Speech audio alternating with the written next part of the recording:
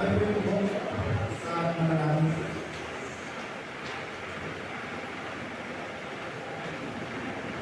Lord, maraming po salamat sa umagang ito na binigyan mo sa amin. Salamat po sa oras na muli kami po yung nagkakatipon upang sumamba, magpuri, at magbuli-buli ng iyong salita. Lord, dalangin namin sa lahat po ng aming pag-uusapan. Wala po ibang pangalan na itataas, hindi ang pangalan namin ng aming Panginoon Jesus.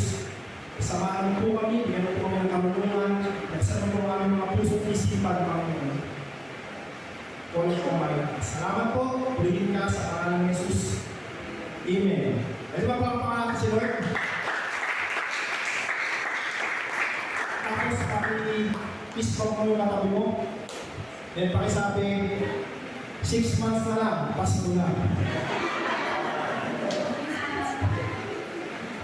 Alam mo bakit? Kasi, imagine mo parang kailan, Pasko, ngayon June na. Half na ng taon, no?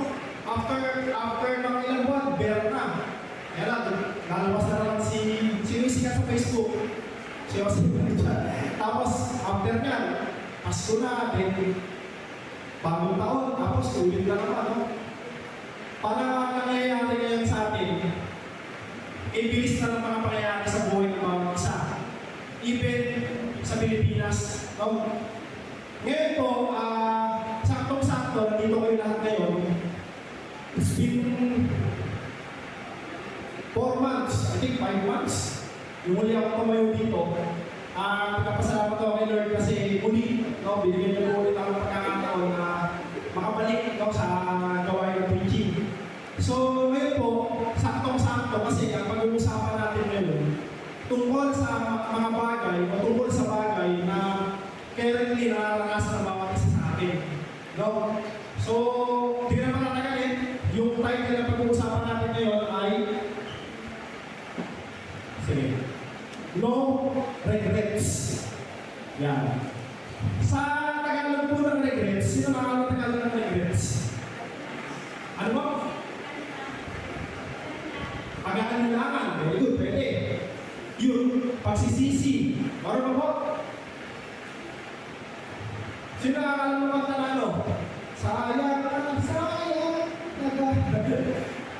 Ibig sabihin, yung no regrets, yung word na regrets, ibig sabihin yan, hinayang, alinlangan, pagsisisi, nanghihinayang, at kalimitan, kaya sinasabi ko na lahat nararanasan yan, typical talaga nararanasan yan ng mga tao.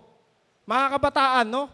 Sana pala, nag-review ako para hindi ganito yung result na exam. Sabi ng mga parents, sana pala, hindi ako nag-asawa. Hindi, joke lang. Sana pala ganito yung ginawa ko noon para hindi ako nagkaroon ng asthma ngayon. Ganon, di ba? Meron kang hinayang sa buhay mo na nararanasan at typical yan, no? Naalala ko po nung, I think last month, nagpagupit ako sa barbershop malapit sa amin. Ka-close ko kasi yung barbero. Pag nagkikwentuhan kami, ang sinasabi niya sa akin, everyday daw siyang tumataya sa wedding. No? Ang tinataya niya sa wedding, 40 pesos per day. I think 50 pesos per day, tinataya niya sa wedding. Nanalo siya one time. Ang napanalunan niya, 3,000 pesos.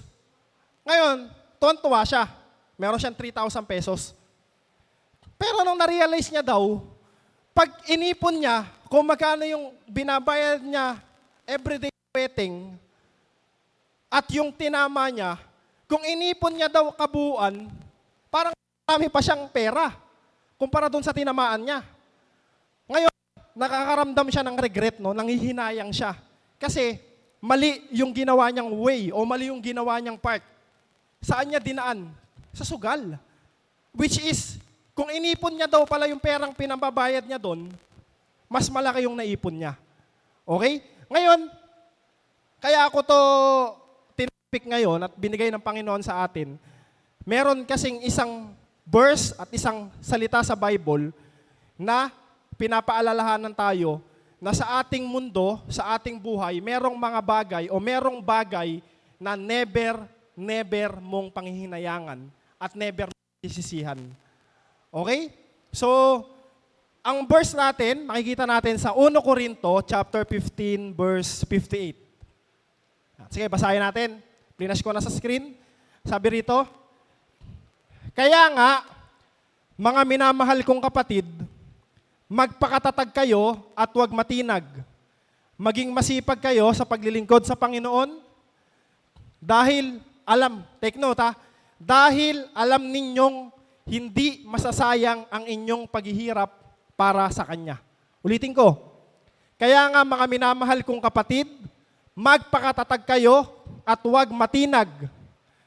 Maging masipag kayo sa paglilingkod sa Panginoon dahil alam ninyong hindi masasayang ang inyong paghihirap para sa Kanya. Alam niyo, napakagandang reminders ito sa atin. Napakagandang paalala, napakagandang encouragement. Pag po binasa niyo yung 1 Corinto 15, yung buong chapter, ang pinaka-context niyan, ang pinag-uusapan, ang sinasabi ni Pablo, si Pablo po kasi nagsulat nito, no? Si Apostol Pablo. Ang pinag-uusapan diyan, ang muling pagkabuhay ni Jesus Christ, no? May mga nagtatanong kung ang Panginoon ba talaga muling nabuhay. At pinapatunayan yun ni Pablo.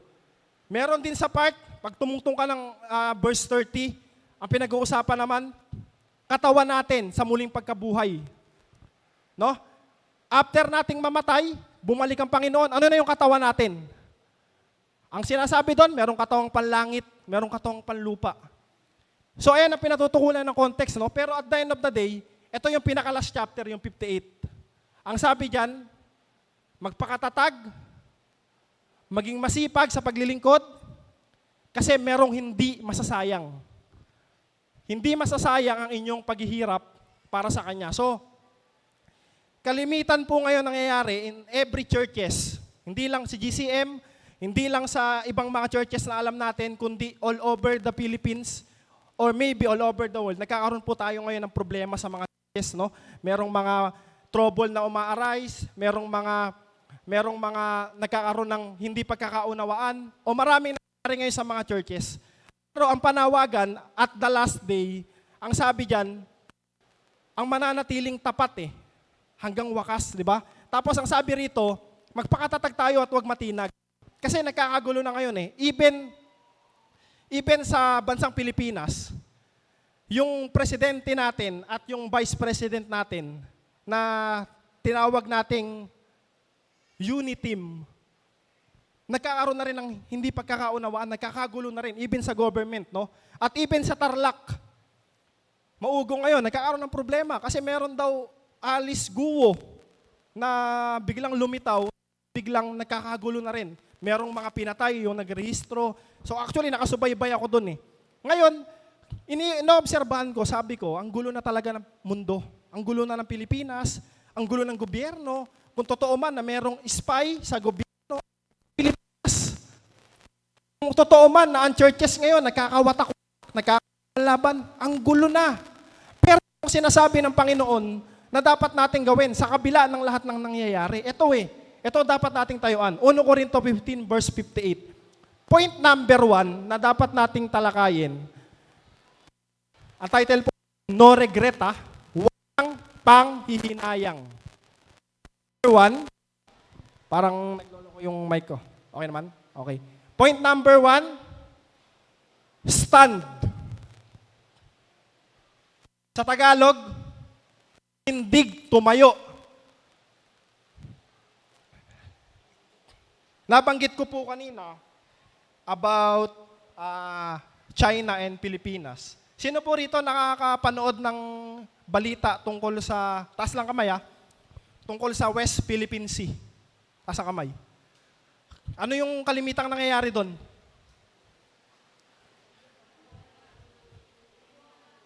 Nambobomba ng bomba? Ng tubig. Nambobomba ng tubig.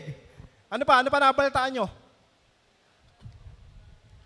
In short, may nangyayaring pananakot, bullying, binobomba yung mga mangingisda, yung sarili nating teritoryo, hindi tayo pinapapasok ng mga Chinese. Ganito po, mayroon akong experience. Kasi nagtatrabaho ako sa Converge. Ang boss namin, Chinese. Ngayon, Meron siyang anak, 26 years old. Pumasok siya sa Converge ngayon. Siya yung tagapagmana ng kumpanya. Ngayon, ang ginagawa sa kanya, pinapaikot siya kada department. Nag-stay siya ron ng 2 months, 2 months, 2 months para ma-master niya yung paikot-ikot ng buong kumpanya kasi siya yung tagapagmana. Recently, nandito siya sa department namin.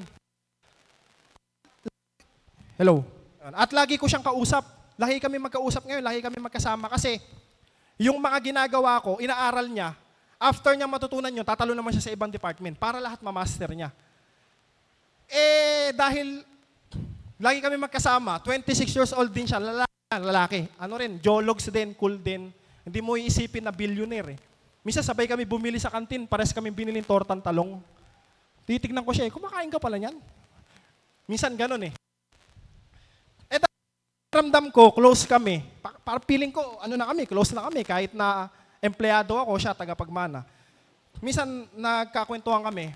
Nilibre niya ako doon sa isang restaurant doon sa malapit sa office. Kasi may kausap kami sa project eh. Hello. Yan.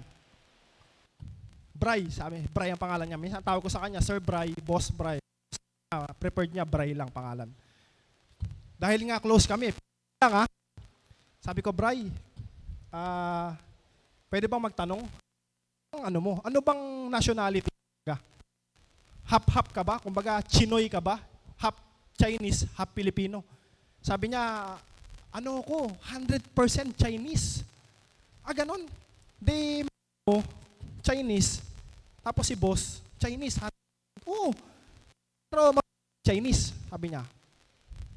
Ako pinanganak sa Pampanga, Angeles, pero minsan pumapasyal kami sa China, may bahay kami ron. Pero hindi na ako fluent sa Chinese, pero kaya ko at kaya ko makaintindi. Sabi niya, mas fluent ako sa Kapampangan, sa Tagalog. Then, usap kami. Sabi ko, sanang marinig yung stand mo, saka yung bias mo. Ganito yung wordings ko eh. Tungkol sa nangyari sa West Philippine Sea. 100% Chinese ka. Sabi ko gano'n. Hindi, 100% Pinoy din ako.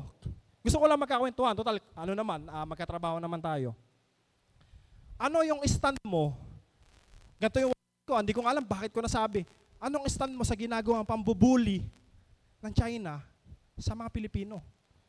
Tumawa siya, sabi niya, bro, no comment. Kain na lang tayo. Gusto ko stand mo para lang aware ako. Hello. Mga nagkakaroon tayo sa technical. Naglolo ko, okay naman.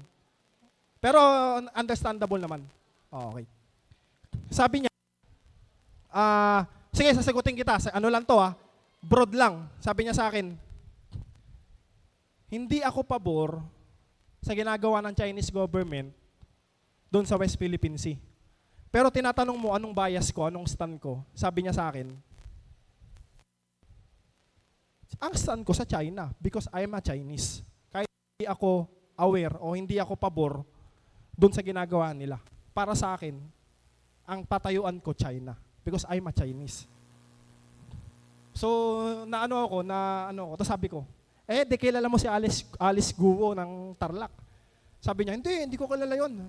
Maybe si dad. Kasi yung dad ko, exposed sa mga politician sabi niya. Yung may-ari ng Converge, sabi ko. Okay. After nun, change topic ko na. Kinagabihan, nag-iisip ako. Actually, last week lang to nangyari. Niisip ko, kasi nag-aaral ako sa preaching Niisip ko, ganun ba talaga mga tao? In terms of stand, in terms of mindset, yung mga tao ba ngayon ganun? O even mga Christian kaya ganun din? Kasi hindi siya Christian Pati niisip ko, mga Christian kaya ganun din. Kahit alam mong mali, pero dahil eto ka, dahil tropa kita, dahil magulang kita, o dahil eto na yung nakasanayan ko, o dahil eto na yung ginagawa ko, eto yung tatayuan ko, kahit na alam kong mali. Sabi kasi sa 1 Corinto 15:58 kanina, magpakatatag tayo at wag matinag. Ibig sabihin, Magpakatatag ka, huwag kang matitinag, tumayo ka kahit ano man nangyayari sa paligid mo. Pero nililinaw ko, ang pinopoint ni Pablo rito, ang tatayuan mo, yun tama. Magpapakatatag ka, hindi ka matitinag, kahit na nasa paligid mo, puro mali. Dapat tatayuan mo yung tama. Alam nyo, narinig ko sa isang pastor, ang typical na nangyayari sa mga ngayon, nagkakaroon ng masayang puso sa church dahil sa friendship, hindi sa spirit ng Diyos. May mga churches ngayon na ang spirit, pagdating mo doon, parang ansaya. Pero during worship, hindi maranasan ang pagsama ng Panginoon. Bakit? Lahat kasi, magkakasundo, to the point na hindi na nila napapansin na meron ng maling nangyayari because we normalize the sin.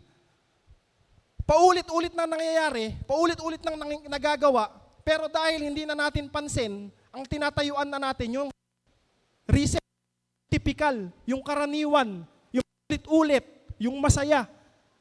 Pero pag tinignan mo ang concept ng Bible, pag tinignan natin yung concept ni Jesus, pag tinignan natin yung nangyari noon at pinag-aralan natin yung Word of God,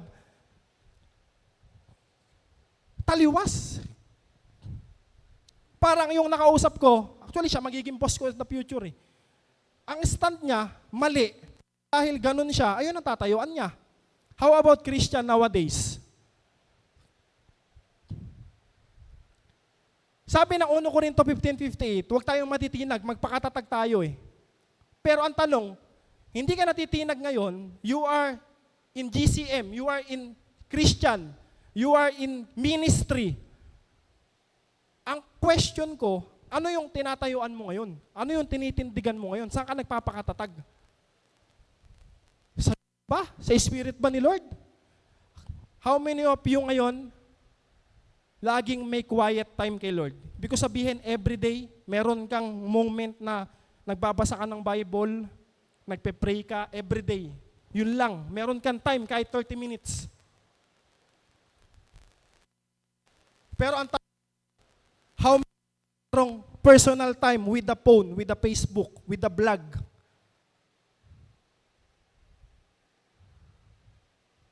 Ngayon, ang pinopoint dito sa word na stand, kailangan tumayo tayo sa pagsunod sa Panginoon.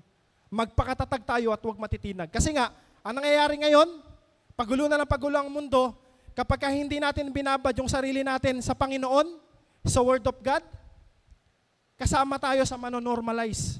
Na hindi natin napapansin, yung mga bagay na nangyayari sa buhay natin is just a typical life of a non-believer. Kasi ang non-believer, pwede maging mabuti. Pwede maging mabait. Pero, pag in terms of spiritual, hindi kayo magkakatugma. Bakit?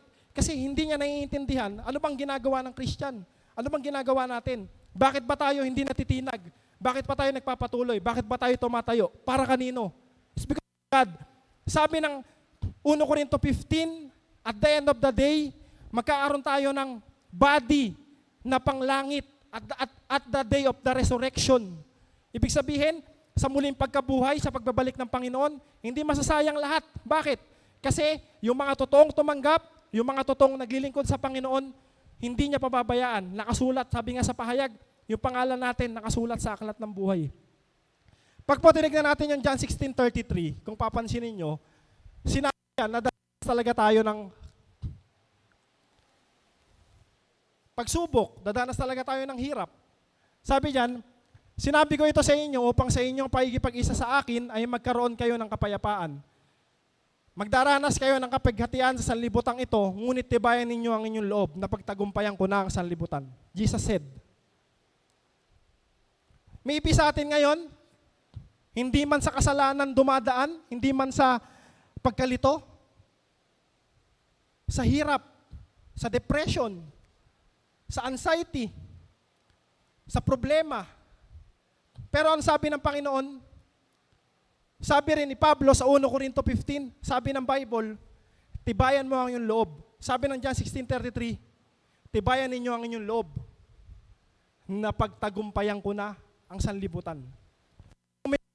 Ngayon na nagpapahirap sa atin, nagbibigay ng burden, alalahanin, o nagiging dahilan para manghina tayo sa Panginoon, nagiging distraction, nagiging harang, nagiging problema. Ang panawagan ng Diyos, magpakatatag at huwag matinag. Ngayon, kaya mo ba yun bilang tao? Hindi nga eh. Pero kakayanin mo yun kapag ka settle ka sa Panginoon, kapag ka ginagawa mo yung dapat. Nagkakaroon ka ng time sa hari, hindi puro sa kaharian. Kasi pag puro ka sa kaharian, linis ka ng linis ng kaharian, mapapagod ka eh. Wala kang communication sa hari eh. Yun nagbibigay ng lakas. Hindi mo nakakausap, yun nagbibigay ng puso, ng sigla. So ayun ang i-check natin sa mga sarili natin. Stand. Tayuan mo, sino? Yung relasyon mo sa Panginoon. Magpatuloy. Point number 2. No regret, stand. Point number 2. Proceed. Sabi sa 1 Corinto 15, verse 58, balikan natin yung main verse natin. Magpakatatag at huwag matinag, maging masipag kayo sa paglilingkod sa Panginoon. Sabi diyan, maging masipag kayo sa paglilingkod sa Panginoon. Magpatuloy tayo sa paglilingkod sa Panginoon. Naalala ko po yung kwento ng isang magsasaka sa South Cotabato. No? Meron siyang matandang kabayo. Yung kabayo na yon, simula pagkabata kasama na niya. So doon nga ako nakakita ng kwento na yung kabayo ginagamit sa pang-aararo. Usually kasi kalabaw eh, di ba? Pero sa kanila kabayo. Ngayon naglalakad sila, kasama niya yung kabayo. Yung kabayo, nalaglag siya sa malalim na parang balon. Malalim siya. Ngayon, hindi malaman ng magsasaka paano gagawin, paano iahon yung kabayo ron. Kasi yun ang kapartner niya sa trabaho eh. Ngayon, nung humingi siya ng tulong, kailangan nilang humingi ng tulong sa munisipyo para hatakin yung kabayo. Kaso lang, para magawa nila yon, kailangan nilang gumastos ng malaki. Kasi wala silang means of communication, babiyahe sila, o kaya lalakad sila, kailangan nila ng gasolina, wala silang pera. Ngayon, ang sabi nung magsasaka, usap sila nung asawa niya, total yung kabayo, matanda na, hayaan na lang nila. Kasi ang feeling niya, hindi na rin naman tatagal yung buhay. Mamamatay na rin naman. Afterwards, siguro after mga ilang linggo, mga ilang buwan, bibigay na rin naman. Kaya sa gastusan pa natin, bibigay rin naman siya. Hayaan na natin siya sa balon. Malubog na siya dyan. Ngayon, ang ginawa nila, parang mercy killing. Tumawag siya ng makakatulong, tatabunan na lang nila. Para hindi doon maagnas o magutom. Siguro, iniisip nila, tabunan para hindi na makahinga, para mamatay na. Ngayon, nung tinatabunan nila ng lupa, yung kabayo nakatingin. Naaawa siya dahil nga, syempre, mercy killing na yun eh. Ang tinatabunan niya, ang ginawa ng kabayo, pinapatag niya yung lupa hanggang sa point na nakagawa siya ng tungtungan. Then, later on, yung kabayo nakaahon sa tulong niya, tumatalon. Dahil mahaba yun, nakagawa siya ng sarili niyang hagdan, paakyat. And then nakalabas siya. Ngayon, iniisip ng magsasaka, kahit hayop, grabe yung kaisipan. Pinapalubog mo na, papatayin mo na. Pero dahil ang mindset, proceed, moving forward, nakagawa ng mindset para makalabas sa pagkakalubog. Yan po ang panawagan sa atin ng Panginoon eh. Some of us, hindi ko alam kung anong nararamdaman nyo, anong dinadanas nyo ngayon, pero maybe dumaranas kayo ng pagkalubog, dumadanas kayo ng problema. Pero isa sa napakahalaga, pagpapatuloy. Mindset na pagpapatuloy. Ang sabi ng 1 Corinto 15:58, yung main verse natin, magpatuloy sa paglilingkod sa Panginoon, maging masipag. Sabi ng 2 Timoteo 3, verse 14 to 15, sabi diyan,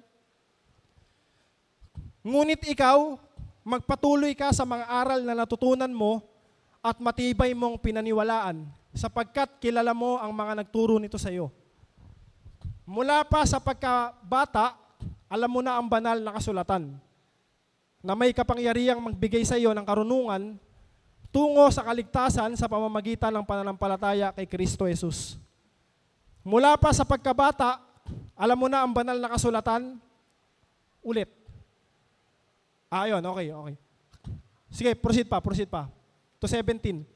Ang lahat ng kasulatan ay kinasihan ng Diyos at kapakipakinabang sa pagtuturo ng katotohanan, sa pagsaway sa kamalian, sa pagtutuwid sa likong gawain, at sa pagsasanay para sa matuwid na pamumuhay upang ang lingkod ng Diyos ay maging ganap at handa sa lahat ng mabuting gawa. Pakibalik po sa 14 to 15. Maliwanag po na sinasabi rito sa 2 Timoteo, ang sabi diyan, magpatuloy ka sa mga aral na natutunan mo at matibay mong pinaniniwalaan. Alin yan? Alin yung mga aral na natutunan mo at pinaniwalaan mo? Kung hindi ka nagbabasa ng Bible at hindi ka nakikinig, wala kang paniniwalaan, wala kang pagpapatuloy. Bakit? Kulang ka eh. Alin ba yung aral talaga na inaccept mo? Ano ba yung aral na tinanggap mo? Matatagpuan mo yan sa Bible. Ngayon, kung ikaw wala kang personal time, hindi ka nagbibigay ng personal time kay God para basahin yung salita niya, hindi ka nakikipag-usap kay Lord using prayer at using Word of God, wala. Hindi ka makakapagpatuloy talaga. Yung proceed, yung stand and proceed, hindi mo magagawa. At yung title natin, mawawalan ng no, magiging regret at the end of the day. Nagkaroon ako ng hinayang. Meron po akong kaibigan na matagal ko na siya hindi nakausap, hindi ko siya nakasama. Binalikan ko yung conversation namin sa Instagram. Nakikipagkita siya sa akin. Feel siya nakikipagkita sa akin. Gusto niya ako makamit. Kinakamusta niya ako. Nagre-reply ako. Gusto niya makapagkita. And then ako kasi, medyo busy person kasi ako sa trabaho, kung saan-saan. Hindi ko siya nabigyan ng time. Hanggang namatay na siya. Namatay na siya na hindi kami nagkausap. O kung pwede ko man ulit i-share yung pagmamahal ng Diyos sa Kanya na dati niya nang alam, ay hindi ko na ulit na ikwento kasi hindi na kami ulit nagkita. Pero nung binalikan ko, nung namatay siya, nakaburol siya. Some of you are familiar kung sino siya. Tinitignan ko yung konbo namin. Pilit siya na ipakita sa akin, pilit niya ako kinakamusta. Namimiss na kita, best friend. Then, inaaral ko yung konbo, sabi ko, minsan at the end of the day, meron ka talagang hinayang na pwedeng mangyari sa buhay mo eh. Pero ang tanong, bakit ba nangyayari sa buhay ng tao na pwede kang magsimula sa tama, pero matapos ang buhay mo sa mali? Alam niyo kung bakit? Kasi hindi nagpatuloy. Kinat yung pagsunod sa Panginoon. Huminto sa aral na natutunan. O kung hindi man, itinakwil yung aral na natutunan. Ayun yung masakit na pwede maging kahinatnan kung tayo mismo hindi natin tatayuan. At ayun yung no regret na ayokong mangyari. Ayokong manghinayang tayo bandang huli. Ayokong darating ang Panginoon. Ayokong darating ang rapture. Totoo to eh. Kasi yung iba siguro binabaliwala eh. Ayokong darating ang rapture. Lahat tayo rito mawawala. Merong may iwan. Ayokong dumating ang panahon na kung lahat man tayo, kung darating man ang oras na tayo mawawala sa mundo, pero hindi tayo magkikita-kita sa langit. Yun yung pinaka-greatest regret na pwede nating maranasan. At pagdating sa hindi pagpapatuloy, ang sabi ng Panginoon, namamalo siya eh. Sa mga bagay na ginagawa nating alam nating mali. Isa sa mga pwede nating maging regret na dapat nating agapan sa ginagawa natin. Kung gumagawa man tayo ng mali, ng kasalanan, pwede tayong pwede ang maging dahilan para mahirapan tayo, para magkaroon tayo ng problema sa buhay. Ang sabi ng kawikaan, ang kasalanan mo ang nagiging dahilan, kaya hindi marinig ng Diyos ang mga panalangin mo. Marami kang problema, nananalangin ka, hindi nawawala. Bakit? Kamusta yung personal na buhay mo? Kamusta yung pagsunod mo sa Panginoon? You are praying for something, you are praying for blessing, you are praying for kaayusan, healing, kung ano pa man. Pero ang tanong, kamusta yung ginagawa mo? Nagpapatuloy ka ba sa paglilingkod ng tama? Nagpapatuloy ka ba? Nagiging masipag ka ba sa Panginoon? Tinatayuan mo ba siya? So at the end of the day, wala tayong panghihinayang. And then last point, receive. Stand, proceed, and receive. So ito pong receive na to, ito na yung hinihintay nating lahat. No? Kung bakit tayo naglilingkod, kung bakit natin ginagawa lahat ng to, bakit tayo nagmi-ministry, kung bakit tayo dumarating sa point ng buhay natin na kahit mahirap, kahit na hindi komportable, still nagkukumit tayo sa Panginoon, still nagmi-ministry, still nag-share ng Word of God. Even Jesus Christ, nung inaaral ko yung ginawa ng Panginoong Hesus, ang hirap pero yung pagkamatay niya sa krus, hindi simple. Pero, today, bakit niya ba yun ginawa? Para makareceive tayo, di ba, ng buhay na walang hanggan. Ulit ko, at alagi nating i-remind sa mga sarili natin, ang Panginoong Hesus ay namatay sa krus para sa ating mga kasalanan, upang tayo ay makatanggap ng pagkakataon magkaroon ng buhay na walang hanggan. Pero the choice still on you. Papasukin mo ba siya? Ipapamuhay mo ba siya? Still magpuproceed ka ba? Tatayuan mo ba talaga siya? Ang concept ng Bible. So, sabi po sa awit, then 1 Corinto 15:58. Pwedeng pakibalik doon sa pinakauna yan. Ang sabi diyan, alam ninyong, yung pinakalas, alam ninyong hindi masasayang ang inyong paghihirap para sa Kanya. In English, sabi diyan, your effort will be not in vain. Ganun yung concept niya. Ibig sabihin, yung pagsisikap mo, yung ginagawa mo sakripisyo, yung lahat ng effort mo para sa Panginoon, lahat yan hindi masasayang. Lahat yan may patutunguhan. So, sabi sa awit, 128 verse 1 to 2, mapalad ang bawat tao na kay Yahweh ay may takot. Ang maalab na naisi sumunod sa kanyang utos.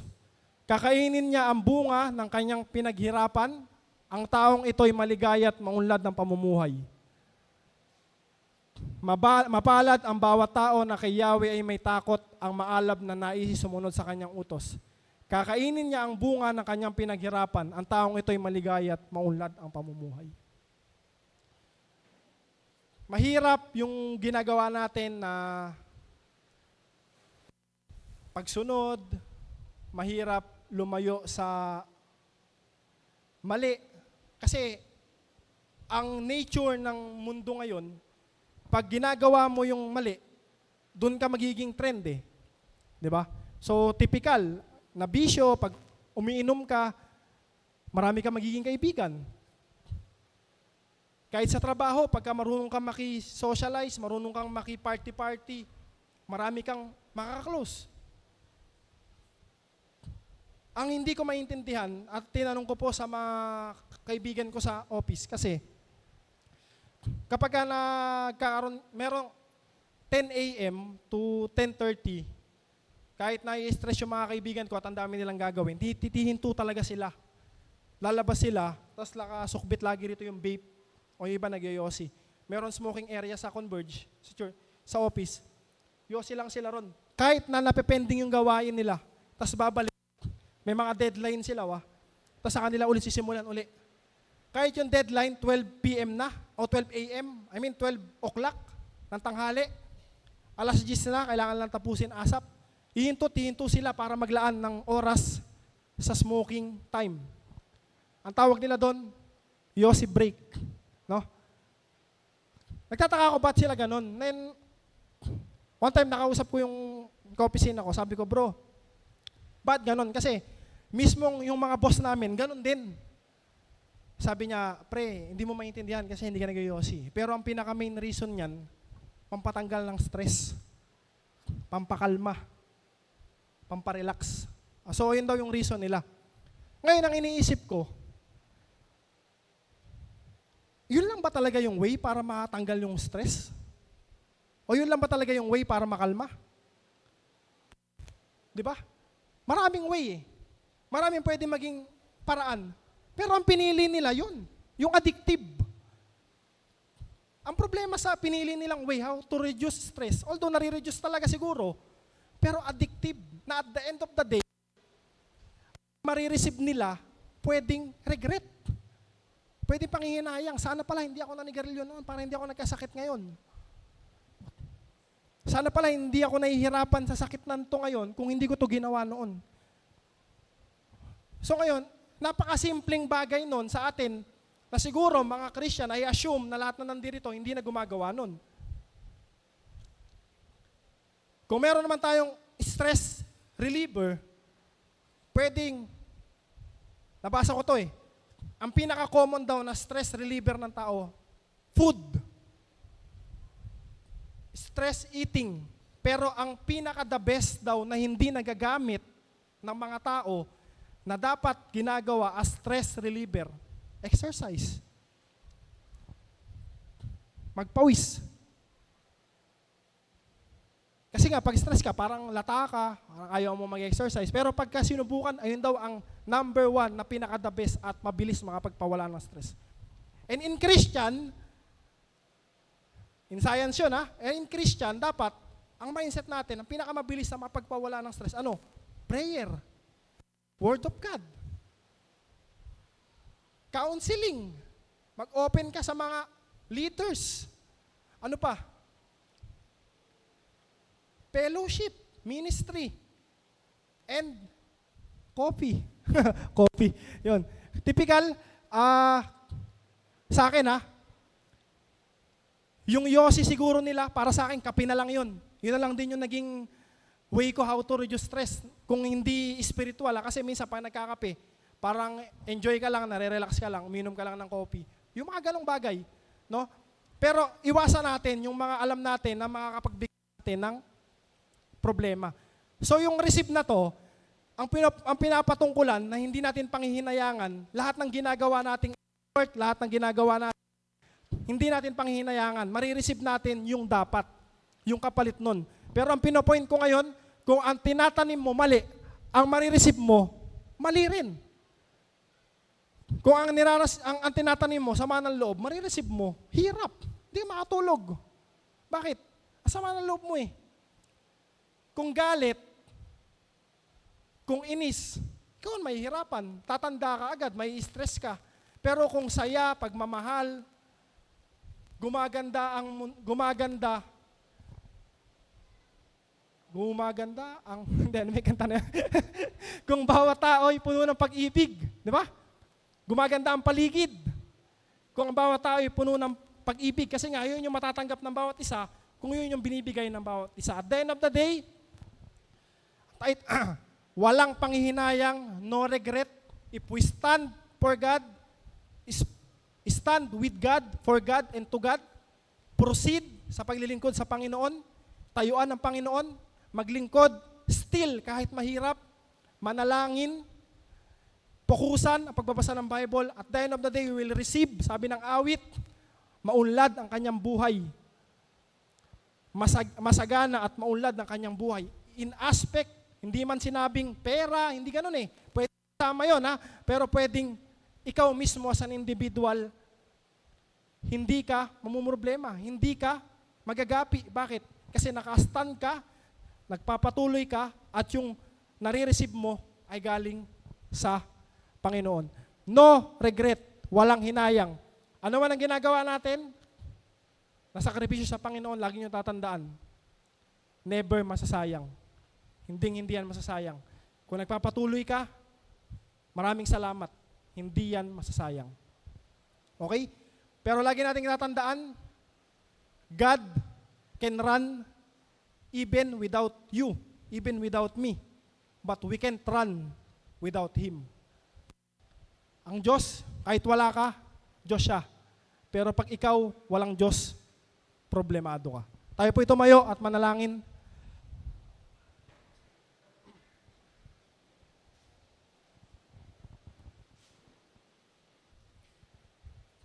Lord, marami pong salamat, Panginoon, sa oras na to na binigay mo sa amin.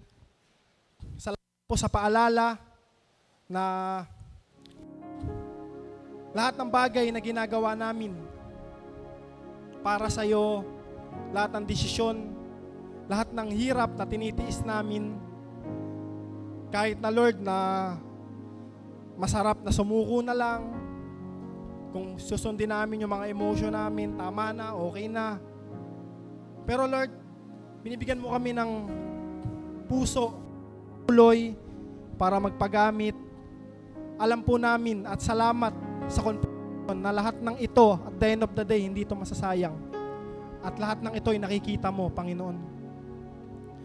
Lord, nilalapit ko po sa iyo ang bawat isa na nandirito. Hipuin mo po ang aming mga puso, ang aming mga isipan. Patuloy na magkaroon kami, Panginoon, ng burden, magkaroon kami ng puso, Panginoon, na patuloy na sumunod at maglingkod sa iyo. Lord, turuan at tulungan mo kami sa bawat araw. Magkaroon kami, Lord, ng time na makipag-usap at makinig sa iyo sa pamamagitan ng iyong salita, Panginoon.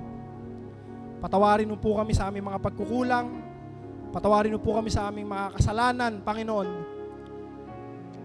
Salamat po sa realization. Salamat po sa lahat ng pagpapala.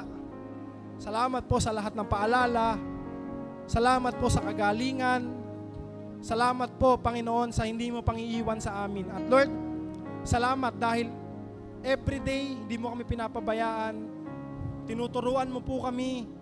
Pinapaalalahanan mo kami, Panginoon. At Lord, patuloy naming inihiling sa aming buhay, sa pamilya ng isa na nandirito, even sa mga tatay, araw po ng Father's Day ngayon, Lord, inihiling namin yung pagpapala mo sa buhay ng bawat isa, yung kagalingan sa lahat ng aspeto ng aming buhay, emotionally, physically, mentally, Panginoon, at spiritually.